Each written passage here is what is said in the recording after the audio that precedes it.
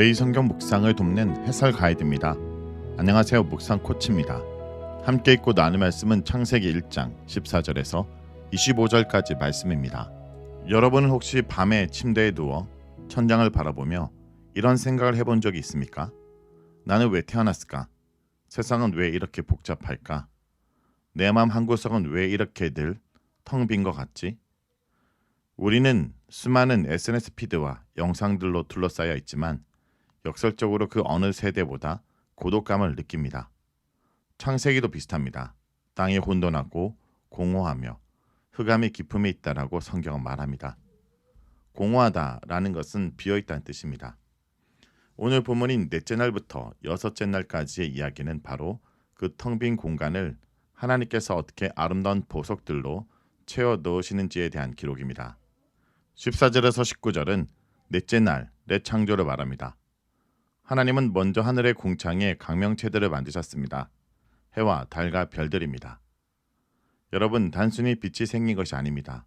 성경은 이것들이 징조와 계절과 날과 해를 이루게 하셨다 말합니다.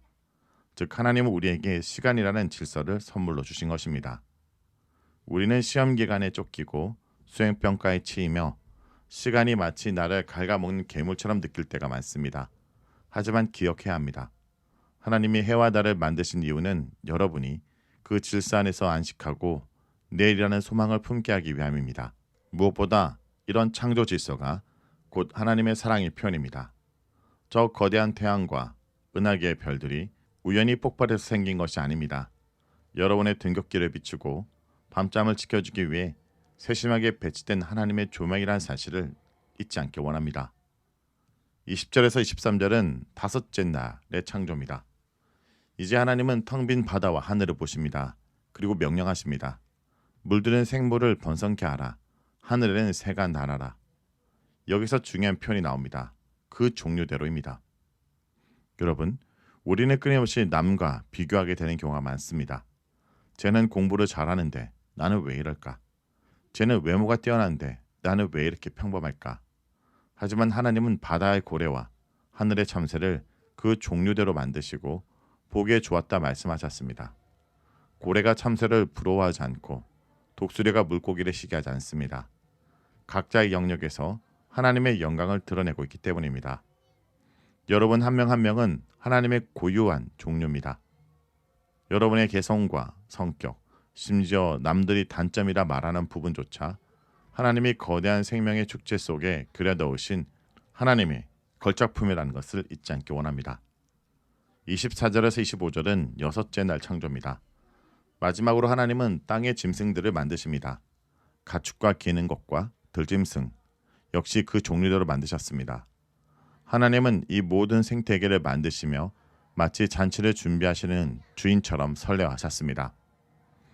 하나님의 기쁨이 넘치시는 분이며 그 기쁨을 피조물에게 나눠주길 원하십니다. 숲속의 사자와 들판의 소들이 뛰어노는 모습은 단순한 생존의 현장이 아니라 하나님의 충만한 기쁨이 물질로 형성화된 것입니다. 이 모든 창조의 과정은 결국 누구를 향하고 있는 것일까요? 바로 뒤이어 창조될 하나님의 형상, 바로 여러분을 향하고 있습니다. 하나님은 여러분이라는 가장 소중한 손님을 맞이하기 위해 온 우주라는 거실을 마련하고 별이라는 전등을 달고 살아있는 생명을 채워 넣으신 것입니다. 여러분, 이 창조의 이야기를 통해 우리의 모습을 돌아보기 원합니다. 무엇보다 나를 비교하는 생각에서 벗어나기 원합니다. 하나님은 세상을 만드실 때 공장처럼 똑같은 제품을 찍어내지 않으셨습니다. 모든 생물을 그 종류대로 만드셨다는 것은 다양성이 곧 하나님의 기쁨이란 뜻입니다. 여러분의 친구보다 수학 성적이 낮다 해서 혹은 운동을 못한다고 해서 하나님의 보시기에 좋았다라는 선언이 취소되지 않습니다. 여러분 존재 자체는 이미 전 우주적인 가치를 지닙니다. 오늘 거울을 보며 속삭이기 원합니다. 나는 하나님의 걸작품이다. 말씀을 놓고 기도하겠습니다. 주님, 오늘도 우리의 마음을 만져주옵소서. 세상의 기준과 성적의 잣대 앞에서 스스로를 공허하다 느끼고 쓸모없다 여기며 고통받는 영혼들이 있습니다. 오늘 말씀을 통해 우리가 우연의 산물이 아니라 주님의 치밀한 계획과 뜨거운 사랑 속에서 태어난 보석임을 깨닫게 하여 주옵소서. 주님, 밤하늘의 별을 보며 주님의 세밀한 돌보심을 신뢰하게 하시고 들불 하나에서도 주님의 손길을 느끼게 하여 주옵소서.